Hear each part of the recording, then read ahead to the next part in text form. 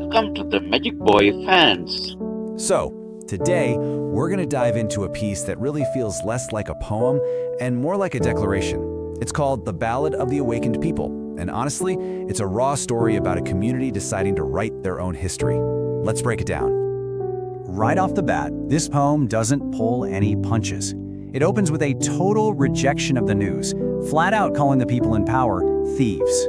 This isn't just someone being cynical. This is a line in the sand. It's a declaration of war on the official story. And that really sets the stage for what this whole thing is about, an awakening. It's all about that massive shift from being a passive audience to grabbing the pen and becoming the author of your own story. You know, the title itself is a massive clue. A ballad isn't just any old poem. Traditionally, it's a story, often set to music, that gets passed down from person to person. They're usually tales of community, of struggle, of heroes, and yeah, of rebellion. So by calling this a ballad, the author is basically saying, hey, this is our story for us, and it's gonna be passed down. Okay, so how does this whole awakening actually start? Well, it's not with some big protest march. It starts with a refusal. The very first move is to just stop listening, to tune out the noise. And we're talking a total rejection here. This isn't just about turning off the TV anymore, it's about logging off social media too. The poem makes it super clear. It doesn't matter if it's old media or new media. To them, it's all the same poison. So you can see here the full scope of this information blockout.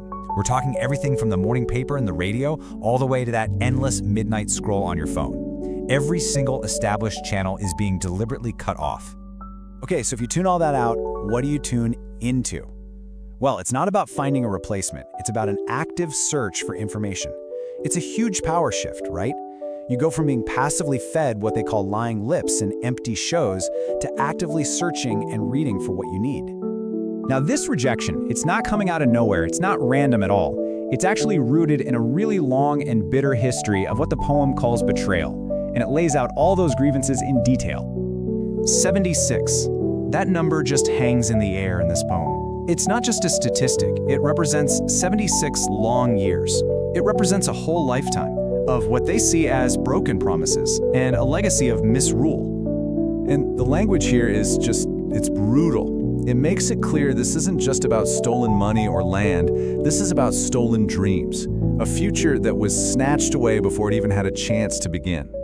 And then the poem breaks it down, almost like a playbook for the corrupt. Step 1, financial mismanagement. Step 2, deceitful power grabs. Step 3, destroying natural resources. And step 4, ensuring the next generation continues the cycle. You can see how it's just this vicious system designed to keep itself going.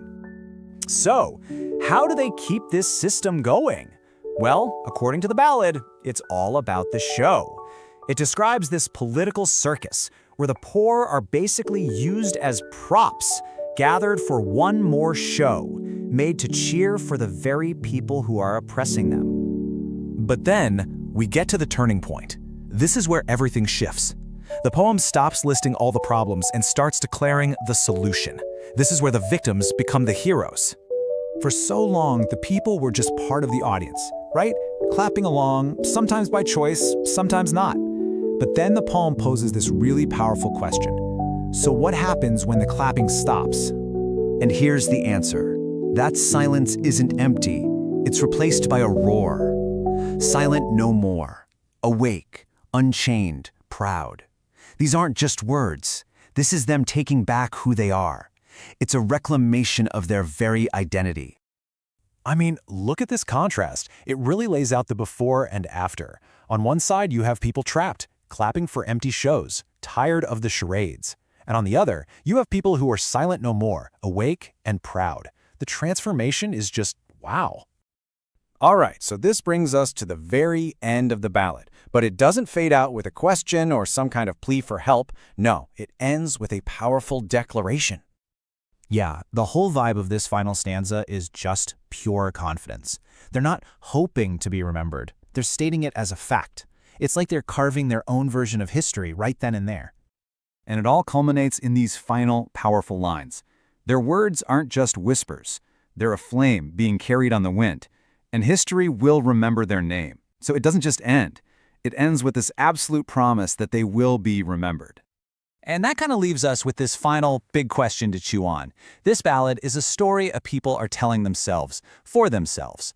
But it makes you wonder, when a group decides to write their own story of struggle and of victory, who is listening? And maybe more importantly, what happens when they do?